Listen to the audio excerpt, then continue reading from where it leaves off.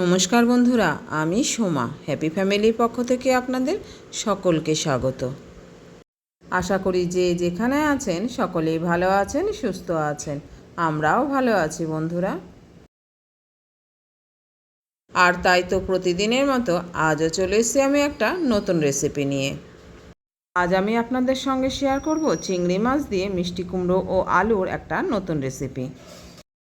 আমি জানি আমার সকল বন্ধুরাই চিংড়ি মাছ দিয়ে মিষ্টি কুমড়োর তরকারি রান্না করতে পারেন, তবে আজ আমি যেভাবে রান্না করলাম সেটাই কিন্তু আমি আপনাদের সঙ্গে শেয়ার করলাম। এই রকম চিংড়ি মাছ দিয়ে মিষ্টি কুমড়ো ও আলুর তরকারি কিন্তু বন্ধুরা অসাধারণ লাগে খেতে।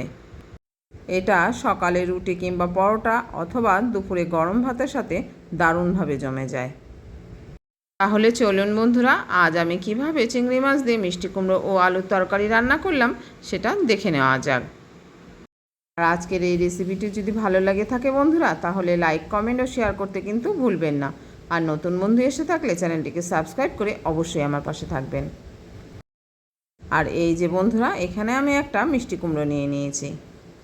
এই রকম অর্ধেক পাকা কাঁচা কুমড়ো খেতে কিন্তু বন্ধুরা খুব ভালো লাগে। এখন এই মিষ্টি কুমড়োটাকে আমি কেটে নেব, তবে পুরো কুমড়োটা আমার এখন দরকার নেই, আমি এখান থেকে অর্ধেকটাই নেব। এই যে বন্ধুরা, আমি এখানে কুমড়োটাকে দুটো ভাগে ভাগ করে নিয়েছি। অর্ধেকটা আমি রেখে দেব আর অর্ধেকটাকে আমি কেটে নেব। এই যে বন্ধুরা, অর্ধেকটাকে সরিয়ে রেখে আমি এখন এই অর্ধেকটাকে ছোট ছোট টুকরো করে কেটে নেব। আমার এখানে কুমড়োটা কিন্তু কাটা হয়ে গেছে। খুব পাতলা করে খোসা ছাড়িয়ে আমি কুমড়োটাকে ছোট ছোট টুকরো করে কেটে নিয়েছি। আর এর সঙ্গে আমি আলুও কেটে নিয়েছি। আর এগুলোকে কেটে কিন্তু ভালো করে জল দিয়ে ধুয়ে নিয়েছি। আর এদিকে গ্যাস ওভেনে আমি একটা কড়াই বসিয়ে দিয়েছি। কড়াইটা গরম হয়ে গেছে, আমি এখানে দিয়ে দিলাম পরিমাণ মতো সর্ষের তেল। এখন আমি তেলটাকে কিন্তু খুব ভালো করে গরম করে নেব। এই যে বন্ধুরা, তেলটা গরম হয়ে গেছে, এর মধ্যে আমি দিয়ে দিলাম খুব সামান্য পরিমাণে একটু লবণ আর হলুদ। লবণ আর হলুদ দিয়ে আমি একটু ভালো করে নেড়ে চেড়ে দিলাম এটা তেলের সঙ্গে। এবার এই তেলটাকেও কিন্তু খুব ভালো করে আমি গরম করে নিয়েছি। দেখুন কড়াই থেকে কীরকম ধোঁয়া উঠছে। এই সময় আমি দিয়ে দিলাম চিংড়ি মাছ। আর এখানে চিংড়ি মাছগুলোকে আমি কেটে বেছে ভালো করে ধুয়ে নিয়েছি। মাছগুলো দিয়ে দিয়েছি, এখন এগুলোকে আমি খুব হালকা করে ভেজে নেব। আমরা সবাই জানি যে চিংড়ি মাছ বেশি ভাজা লাগে না, তাই হালকা করে মাছগুলোকে এপিট ওপিট করেই তুলে নিতে হবে। আর এই যে বন্ধুরা, এখন আমার মাছগুলোর এক পিঠ ভাজা হয়ে গেছে, আমি এখন খুব সাবধানে মাছগুলোকে উল্টে দেব।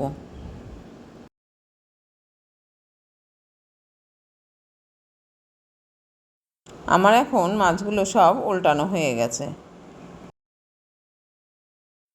আর এই যে বন্ধুরা, এখন কিন্তু আমার মাছগুলো দু পিঠ খুব ভালো করে ভাজা হয়ে গেছে। এবার আমি মাছগুলোকে অন্য একটা পাত্রে তুলে নেব। আর এখন কিন্তু আমি মাছগুলোকে অন্য পাত্রে তুলে নিয়েছি। এখন কড়াইটা খালি হয়ে গেছে। কড়াইতে তেল না থাকায় আমি দিয়ে দিলাম আরও একটু সর্ষের তেল। এখন তেলটাকে গরম করে নিয়ে আমি এর মধ্যে দিয়ে দিলাম 2 টুকরো শুকনো লঙ্কা আর কিছুটা পাঁচফোড়ন। শুকনো লঙ্কা আর পাঁচফোড়ন দিয়ে এটাকে একটু নেড়ে চেড়ে নিলাম। আর যখন ফোড়ন থেকে সুন্দর গন্ধ বেরোলো, তখন আমি দিয়ে দেবো কেটে রাখা আলু। এই যে বন্ধুরা, ফোড়নটা থেকে সুন্দর গন্ধ বেরোচ্ছে, এখন আমি দিয়ে দিলাম কেটে রাখা আলু। আর এই আলুগুলোকে কিন্তু আমি লবণ হলুদ ছাড়াই ভালো করে ভেজে নেব। তাই আলুগুলোকে দিয়ে একটু নেড়ে চেড়ে নিয়ে এখন আমি কিন্তু এর একটা ঢাকা দিয়ে দেব। আর এই যে বন্ধুরা, আমি একটা ঢাকনা দিয়ে আলুগুলোকে ঢেকে দিলাম। আর মাঝখানে কিন্তু আমি একবার ঢাকা খুলে আলুগুলোকে নেড়ে দিয়েছি। আবারও ঢাকা খুলে আলুটাকে একটু নেড়ে চেড়ে নিয়ে এবার দিয়ে দিলাম মাঝারি সাইজের কেটে রাখা দুটো পেঁয়াজ কুচি।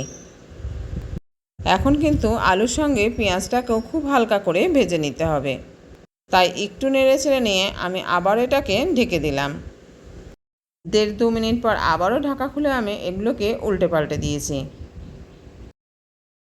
এইভাবে একটু নেড়েচেড়ে নেওয়ার পর কিন্তু আলুর সঙ্গে পেঁয়াজটাও হালকাভাবে ভাজা হয়ে গেছে। এখন আমি এর মধ্যে দিয়ে দেবো আমার আগে থেকে করে রাখা আদা, রসুন ও লঙ্কার পেস্ট। এখানে আমি একটা ছোট মিক্সি জারে 1 টুকরো আদা, 5-7 কোয়া রসুন আর ঝাল অনুযায়ী 2-3টে কাঁচা লঙ্কাকে পেস্ট করে নিয়েছি। এখন এটাকেও আলু ও পেঁয়াজের সঙ্গে নেড়েচেড়ে নিতে হবে।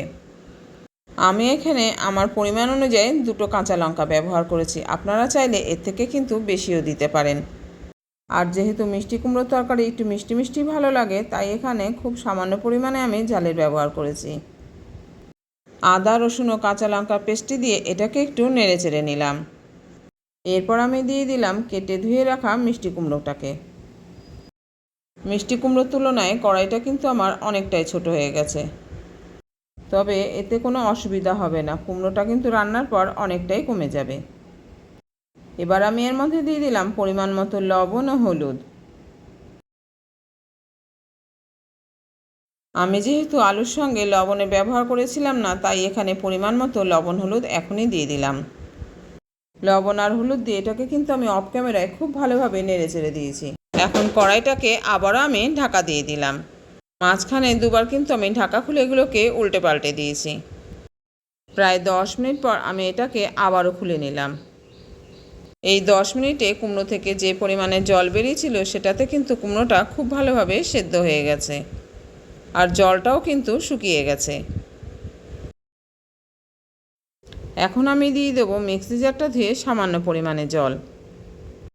আমি যে মিক্সি জারে আদা রসুন পেস্ট করেছিলাম সেটা ধুয়ে সামান্য পরিমাণে জল দিয়ে দিলাম।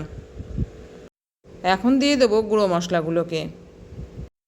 আমার এই মশলা ছোটো চামচে 2 চামচ করে জিরের গুঁড়ো ও ধনের গুঁড়ো দিয়ে দিলাম, আর 1 চামচ দিয়ে দিলাম ঝাল লঙ্কার গুঁড়ো।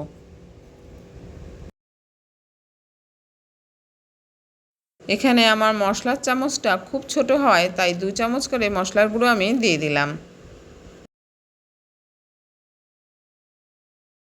আর ধনে ও জিরের গুঁড়োর সঙ্গে আমি দিয়ে দিলাম 1 চামচ ঝাল লঙ্কার গুঁড়ো। এবার সবগুলোকে একসঙ্গে ভালো করে নেড়েচেড়ে দিতে হবে। আর মশলাটা ভালো করে কষানো হয়ে গেলে এখন আমি এর মধ্যে দিয়ে দিলাম সামান্য পরিমাণে আরও একটু জল। এই যে বন্ধুরা, খুবই সামান্য পরিমাণে আরও একটু জল দিয়ে দিলাম। আপনারাও এখানে যেভাবে তরকারি গ্রেভিটা রাখবেন সেইভাবেই জল দেবেন। পরিমাণ মতো জল দেওয়া হয়ে গেছে। এখন আমি এই ভেজে রাখা চিংড়ি মাছগুলোকে উপর থেকে দিয়ে দিলাম। আর এই সবজিগুলোকে কিন্তু এখন আমি আর নাড়াচাড়া করব না, এখন আমি একটা ঢাকা দিয়ে দিলাম। আবারও প্রায় 10 মিনিট এটাকে ফুটিয়ে নিয়েছি। আমার কিন্তু এখন চিংড়ি মাছ দিয়ে মিষ্টি কুমড়ো ও আলুর তরকারিটা প্রায় হয়ে গেছে। এখন এর লবণের পরিমাণটা একটু চেক করে নিলাম। সব ঠিক থাকায় আমার আর লবণের প্রয়োজন হলো না। আপনারা চাইলে এখানে সামান্য পরিমাণে ঘি আর অল্প চিনি ব্যবহার করতে পারেন, তবে দুটোর কোনোটাই আমি দেব না। আমি এখানে দিয়ে দিলাম বেশ কিছুটা কসুরি মেথি। কসুরি মেথি দিয়ে এটাকে আমি আলতো হাতে আবার একটু নেড়েচেড়ে দিলাম। আর আজকের রেসিপিতে আমি কিন্তু একটুও ঝোল রাখিনি, একদমই এটা গা মাখা মাখা হয়েছে। এই রকম আলু মিষ্টি কুমড়ো তরকারি কিন্তু রুটি দিয়ে দারুণ লাগে খেতে, আর তাতে যদি চিংড়ি মাছ থাকে তাহলে তার কথাই নেই। রান্নাটা কিন্তু বন্ধুরা এখন আমাদের কমপ্লিট হয়ে গেছে। 5 মিনিট রেস্টে রেখে এটাকে আমি তুলে নিলাম সার্ভিং বলে। তাহলে বন্ধুরা, আজকের রেসিপিটা কীরকম লাগলো জানাতে কিন্তু ভুলবেন না। ভালো লেগে থাকলে লাইক, কমেন্ট ও শেয়ার করবেন। আর চ্যানেলে নতুন বন্ধু এসে থাকলে চ্যানেলটিকে সাবস্ক্রাইব করে অবশ্যই আমার পাশে থাকবেন। আর হ্যাঁ বন্ধুরা, সাবস্ক্রাইব করার সময় পাশে থাকা বেল বাটনের অল অপশানটা কিন্তু সিলেক্ট করে রাখবেন, তাহলে যখনই কোনো আমি নতুন ভিডিও আপলোড করব সঙ্গে সঙ্গে তার নোটিফিকেশান আপনি পেয়ে যাবেন, আর আপনি আপনার সময় মতো সেটাকে দেখে নিতে পারবেন। তাহলে আজ চলি বন্ধু, দেখা হচ্ছে পরের ভিডিওতে অন্য কোনো রেসিপি নিয়ে। আপনারা ভালো থাকবেন, সুস্থ থাকবেন, আর এইভাবেই আমার সঙ্গে থাকবেন। আর এত সময় ধৈর্য সহকারে যে সকল বন্ধুরা আমার সঙ্গে রয়েছেন তাদের জন্য রইল অনেক অনেক ভালোবাসা। আপনারা এইভাবেই আমার সঙ্গে থাকবেন, আর আমিও কিন্তু আপনাদের সঙ্গে আছি সব সময়ের জন্যই।